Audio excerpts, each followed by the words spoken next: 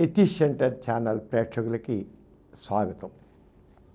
ఈ ఛానల్లో మనం గోరా గారు మూఢనమ్మకాలు నాస్తిక దృష్టి అనే దాని మీద ఆయన మూఢనమ్మకాలని నాస్తిక దృష్టితో ఎలా చూడాలి, కేవలం మూఢనమ్మకాలంటే మనం ఖండించేస్తున్నాం, ఇలా ఇది రకం సైంటిఫిక్గా అది వెరిఫైబుల్ ట్రూత్ కాదు కనుక సైంటిఫిక్గా అయితే ఏది ఉందో నిర్ధారణగా ఉండాలి. అంతేత అవన్నీ అన్సైంటిఫిక్ విషయాలు లేదు సైన్స్ ప్రకారం ఇది ఇది ఇది మీరు ఏదన్నారో ఏదైతే దైవమహత్యం అన్నారో దైవమహత్యం కాదు, సైన్స్ ప్రకారం ఇది అని చెప్తాం. అంతే ఎదుర్కొంటాం. ఏదైతే ఇవాళ కూడా అలాంటి విషయం చెప్తాం. సైన్స్ ప్రకారం చెప్పేస్తాం. సైన్స్ ప్రకారం అది మీరు చెప్పేది అశాస్త్రం ఏది, మీరు దాన్ని చూసే దైవమహత్యం అంటున్నారు, అది దైవమహత్యం కాదు, సైన్స్ ప్రకారం ఇది. గోరా గారు అది చెప్తూ కూడా ఇలాంటి మూఢనమ్మకాలను మన నాస్తిక దృష్టితో చూసి వాటిని ఏ రంగా తీసుకోవాలి, వాటిని ఏ రంగా మనం తేలిగ్గా ఈ సమాజంలో అటువంటి వాటి యొక్క ఇంపాక్ట్ లేకుండా ఎలా చేయాలి, జనాలు ఏ రంగా చేయాలని దీంట్లో ఆయన సంఘం పేపర్లో చాలా రాశారు. ఇది మూఢనమ్మకాల నాస్తిక దాంట్లో మీద చూస్తున్నాం. ఈ రోజున గుమ్మడి తీగ అండి, ఒక గుమ్మడి తీగ కొన్ని గుమ్మడి తీగలు పిచ్చికాయలు పిచ్చి తీగలు అంటాం మనం. అంటే అవి కొద్దిగా సరిగా ఉండకపోతే పిచ్చిగా తయారు ఉంటాయి. పిచ్చి తీగలు పిచ్చికాయలు పిచ్చి పూలు మనం అది సరిగా లేకపోతే అవి అయితే అంటాం. సైన్స్ ప్రకారం చెప్పడం చాలా తేలిక ఎందుకనేది, కానీ ఆ విషయమే గోరా గారు ఏం చెప్పారో వాడు తెలుసుకున్నాం. గుమ్మడి తీగ ఆయన దీంట్లో రాశారు సంఘం పేపర్లో, మన ఆలోచనల్లో ఎంత సద్భావం ఉన్నప్పటికీ వాటిలో ఒక పెద్ద లోటు ఉందని రుజువు చేయుటకు ఈ కింద ఉత్తరం ఒక నిదర్శనం. ఒక ఉత్తరం రాశారు సంఘం పేపర్కి ఒక పాఠకుడు. ఏమిటి అంటే, మా గ్రామంలో ఒక బావి వద్ద గుమ్మడి పాదులు పెట్టిరి. సదరు పాదులలో ఒకటి పెద్దదై 1 గజం దూరం వరకు తీగ మామూలుగా వచ్చి అచ్చటి నుంచి కొంచెంగా లావయ్యి అందులో లావు వెడల్పుగా వచ్చి చివరకు 3గా అయ్యి అయిపోయింది. గుమ్మడి తీగ అండి, కొంత దూరం వెళ్ళిందట, తర్వాత లావుగా అయిందట, తర్వాత అది మూడు రకాల తీగ గుండిపోయిందట, ఆగిపోయిందట. ఆ 3 కలిసి నాగుపాము యొక్క పడగ మాదిరిగా అయినవి. ఆ 3 చూస్తే నాగుపాము పడగలాగా ఇలా తయారయ్యాట. 3 దగ్గరికి వచ్చేట్టుగా ఆ నాగు పడగలాగా తయారయ్యాట. ఆ 3 కలిసి నాగుపాము యొక్క పడగ మాదిరిగా అయినవి. తీగ పెరుగుటలేదు, ఇంకంతటితో అయిపోయింది. అతడు ఉన్నవారి వల్ల నాగుపాము యొక్క ఆకారం ఉన్నదని తెలియగా చాలామంది ప్రజలు వెళ్ళి చూసి నాగుపాము వెలిసినది, అంతా నాగేందుండే అని కానుకలు వగేరా వేస్తున్నారట. చూడండి మన వాళ్ళు ఎంత అజ్ఞానంగా మనం. గుమ్మడి పాదు వచ్చి తెగులు పట్టి అది అలా అయ్యింది.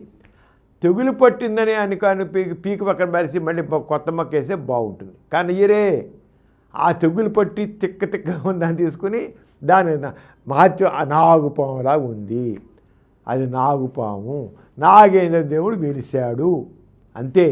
తీగకి జబ్బు పట్టి ఆ జబ్బు వల్ల తయారైతే అది రోగం వచ్చిన దానికి పీకి పక్కన పారేసి పోయి దాన్ని పూజించడం, ఒక రోగిష్ని పూజించేట్టుగా ఒక రోగం వచ్చిన ఒక తీగని కూడా పూజించడం. ఎంత జనాల్లో ఈ మూఢత్వం ఎంత ఉందో అర్థం చేసుకోండి. దానికంటే అంటే నాగేంద్ర స్వామి అక్కడ వెలిశాడు అనేసి చాలా. ఇక అతను ఉన్నవారి వల్ల నాగపాము ఆకారం ఉండదని తెలియగా చాలామంది ప్రజలు వెళ్ళి చూసి నాగపాము వెలిసింది, ఇక నాగేంద్రుడని కానుకలు వగేరా వేయిస్తున్నారు.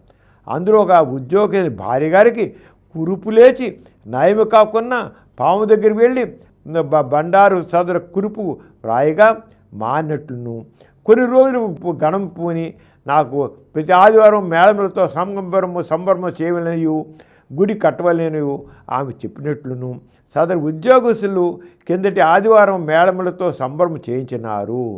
ఆ సంబరము సూచనకు ఒక 60 మనిషి వెళ్ళగా ఆమె గణము పూనిందట. హారత కర్పూరము చేతిలో వెలిగించగా వెలిగింది. వెలుగుతున్న కర్పూరం నోట్లో వేసుకోగా ఆరిపోయింది. మరలా వెలిగించబోగా సదరు కర్పూరం కొబ్బరి ముక్క అయిందిట. మా గ్రామంలో చాలా వింతగా చెప్పుకుంటున్నారు, నాకేమీ అర్థం అవటం లేదు. అది అంతయు నిజంగా దేవుడే అంటారా? మీ అభిప్రాయం వెళ్ళించకూడను. రోగం వచ్చిన ఆ తీగకి తెగులు పట్టిన ఆ తెగులు పట్టినట్టు ఆ తీగకి అలా 3 చీరలు పేర్చి దాన్ని ఇలా ఉంటే మా నాగేంద్ర పడగని చెప్పి ఒకడు వచ్చి నాగేంద్ర స్వామి వెలిశాడంటే జనాలు చూడడం మొదలెట్టారు. మొదలెట్టిన తర్వాత ఇంకా ఆ నాగేంద్ర స్వామికి పూజలు చేయడం, కానుకలు ఇవ్వడం ఇవి మొదలెట్టారు. ఒక ఉద్యోగస్తున్న భార్య గారికి అది చూసినప్పుడు ఆవిడకి అది స్వామి ఏం చేశారంటే అక్కడ ఉన్న దాని పక్కన నాకు ఏదో ఎంత ఉందంటే పొడి తీసుకుని రాసింది కురిపి. ఎంతో కాలం కురుపు మానిపోయిందంట అది రాయిగానే. ఇదంతా కథ, ఇంకా ఇదన్నీ కథలే పుట్టేసారు. నిజంగా ఉండవు అక్కడ. 2 ఎపిసోడ్ల కింద చూసే 4 చివరి చూసి అది ఏమి లేదని ఈ రకంగా కథ సృష్టిస్తారు. అక్కడ పోసి అక్కడి నుంచి ఆవిడకి అక్కడ ఉండగానే ఒక పూనకం వచ్చారట. పూనకం వచ్చి నాగేంద్ర స్వామి తన నాగేంద్ర స్వామి పూనాడు. పూని నాకు మీరు ఇక్కడ గుడి కట్టించాలి, నాకు పూజలు చేయాలి అని చెప్పుకున్నట్ట. చూడండి ఆ దేవుడు చెప్పాట. చెప్పిన తర్వాత ఇక అక్కడి నుంచి ఊళ్ళో వాళ్ళందరూ అక్కడ మేళ తలాలతో సంబరం చేశారు. ఆ టైంలో ఒక అరవావిడ అక్కడి నుంచి ఆడు పూనకు వచ్చేసి నాగేంద్ర స్వామి మాట్లాడి గుడి కట్టించాలి చేసిన ఆవిడ కూడా చెప్పిందట. ఇదంతా ఈ దైవ మహత్యం కాక ఇంక ఏమిటి అంటాడు ఈయన, ఈ ఉత్తరం రాసిన ఆయన గోరా గారిని.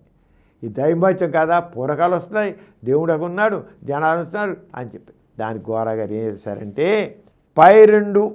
పై జాబులో 2 విషయాలు ఉన్నాయి. ఒకటి పాము పడగవలే ఉన్న గుమ్మడి తీగ. ఆ పాము పడగలాగా గుమ్మడి తీగ ఎందుకు అయ్యింది, మనం అది తెగులు పట్టిన చెప్పేసుకున్నాం, అయిపోయింది. రెండోది హారతి కర్పూరం కొబ్బరి ముక్కగా మారట.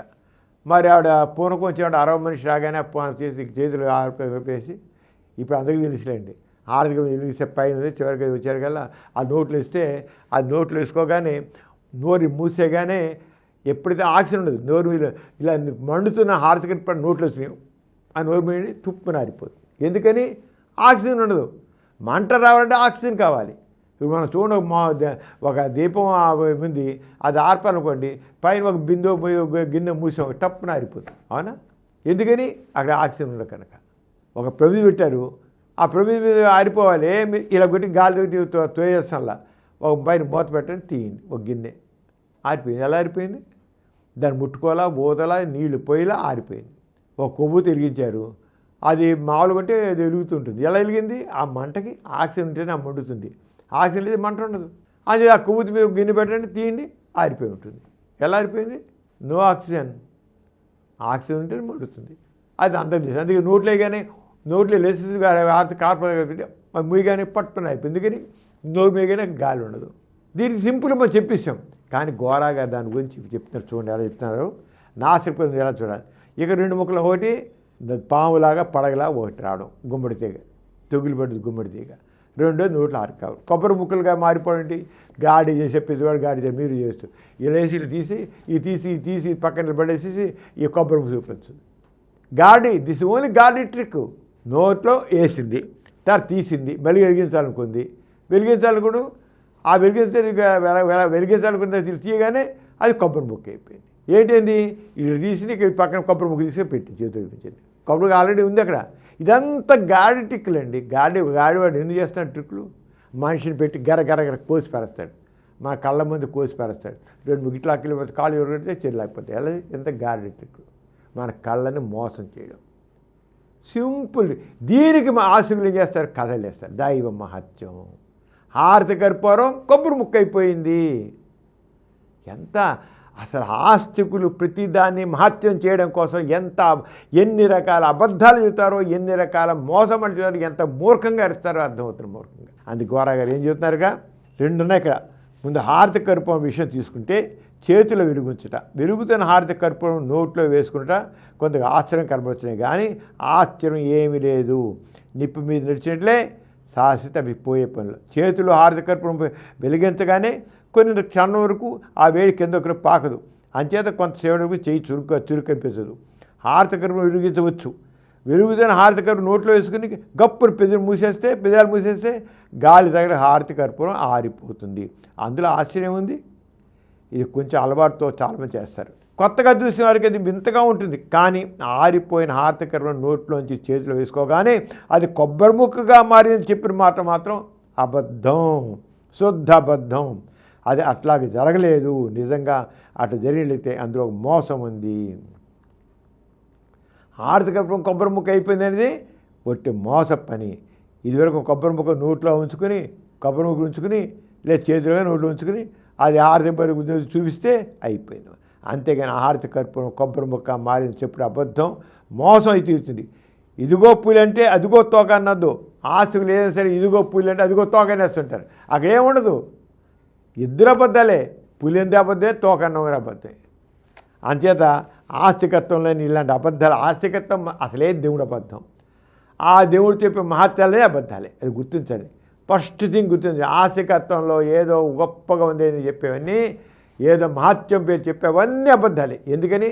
దేవుడు అబద్ధం, దేవుడి పేరు చేసే మహత్యాలే కూడా అబద్ధాలే.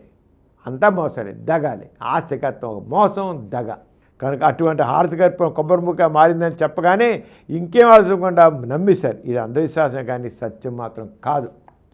ఇక గుమ్మడిపాదు మాట, గుమ్మడిపాదు తీగ చివరన పురుగు కొట్టిస్తే అప్పుడప్పుడు ఇటువంటి మరితలు లేస్తుంది. అంతే, పురుగు కొట్టేది అంత అందరికి తెలిసి విషయం. మనం ఎన్నో చూస్తుంటాం.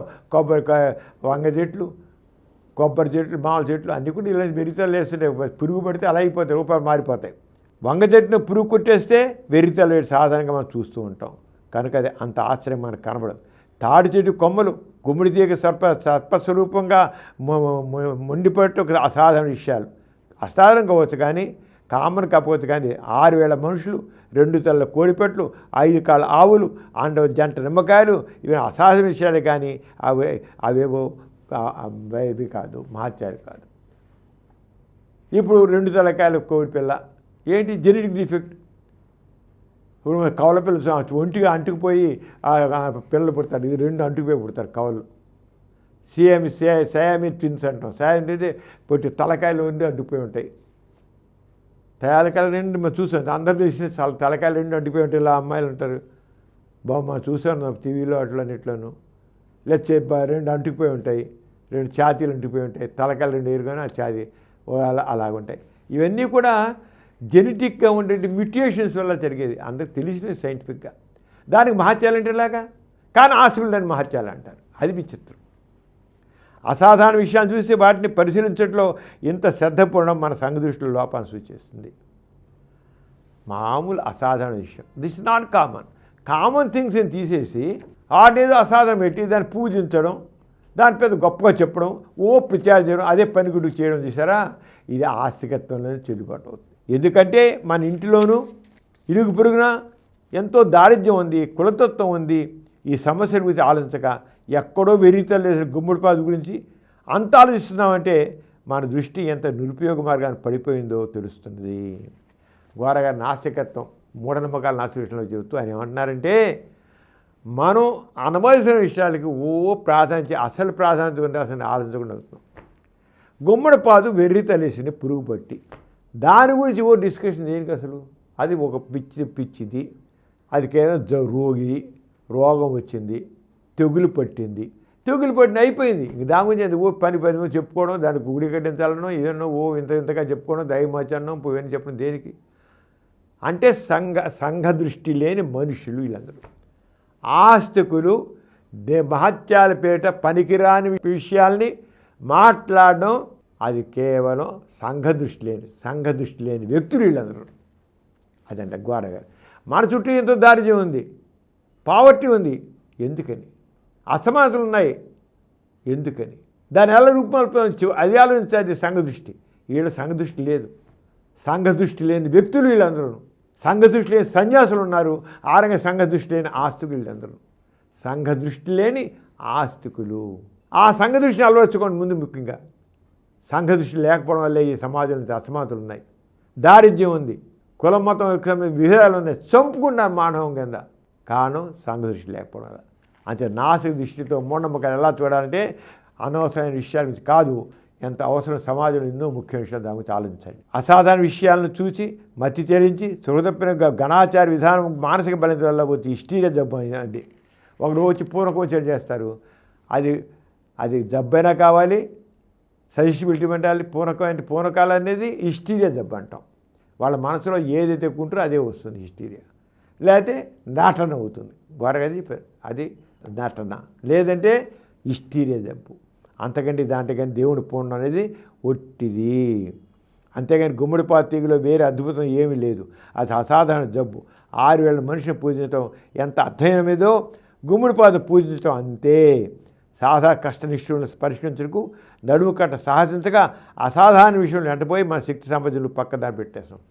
ఈ సందర్భంలో ఆ ఉద్యోగస్తున్న భార్య గురించి ఉదయించడం ఇంకొక పొరపాటు. ఇంత లావు ఉన్నావు తేలిమని తెలియదా అన్నట్లు ఉద్యోగస్తున్న భార్య అయిన మాత్రాన విజ్ఞానవంతురాలు అనుకోవడం పెద్ద పొరపాటు. వాస విజ్ఞానం నాస్తి విశ్వంలో వస్తుంది. 10 పుస్తకాలు చదివినంత మాత్రాన 4 దేశాలు చూసినంత మాత్రాన లేదా కొద్ది ఆస్తునో ఉద్యోగానో సంబంధం మాత్రాన విజ్ఞానం కలగదు. ఆ గుమ్మడి పాదు చుట్టూ మూఢ విశ్వాసాల మోసగాడు చేరి ఎంతో హడావిడి చేరపచ్చు. కానీ కొంతగా నచ్చజెప్పి బహిరంగంగా వెళ్ళి గుమ్మడి పాదు బెర్రితలు వేసి తెంపేస్తే ఆ నష్టం జరగదు. ఆ గుమ్మడి పాదుకు జబ్బు తగ్గి పిందెలు వేసి బాగా కాయలు కాయొచ్చును కూడా. ఏ గుమ్మడి పాదు ఉందో తెంపారు నాకు మొదలు కొద్ది ఉంచి తగ్గిగా పెరిగి అసలు కాయలు మంచిగా వస్తాయి. అంతేగాని ఇలా అంచేత ఇలా పిచ్చి కాదు. అంతే నాసిక దుఃఖంలో వాసక దుఃఖంతో ఉండాలి, సంఘదృష్టితో ఉండాలి. సంఘదృష్టి ఉండాలి, వాసక ఉండాలి. అదే నాసిక దృష్టిలో మూఢనమ్మకాలని మనం పరిశీలించాలని ద్వారా గారు ఎంత స్పష్టంగా దీంట్లో తెలియజేశారు. మూఢనమ్మకాలు నాసిక దృష్టి అనేది ఇదే విషయం. అంటే సైన్స్ విషయం చెబుతాం మనం. రెండో పక్క అది అనవసరం దాని గురించి ఎందుకు అనవసరం కూడా చెప్పాలి. దీని గురించి ఆలోచన అనవసరమైన కాదు, ఎందుకు ఆలోచన అనవసరం అని చెప్పి గోరగారు చేశారు. వీటి గురించి అనవసరంగా ఆలోచించే అవసరం లేదు అన్న. అంతేకాదు ఎందుకు ఏం చెప్పారు, సంఘదృష్టితో చూసినప్పుడు మన పక్కన ఇంత దారి చెందినప్పుడు ఇంత అవినీతులు ఉండవు అసమానతలు ఉన్నప్పుడు మనం కేవలం పనికిరాని విషయాలు ఎందుకు ఆలోచించాలి, అవసరం విషయాలు ఆలోచించాలి.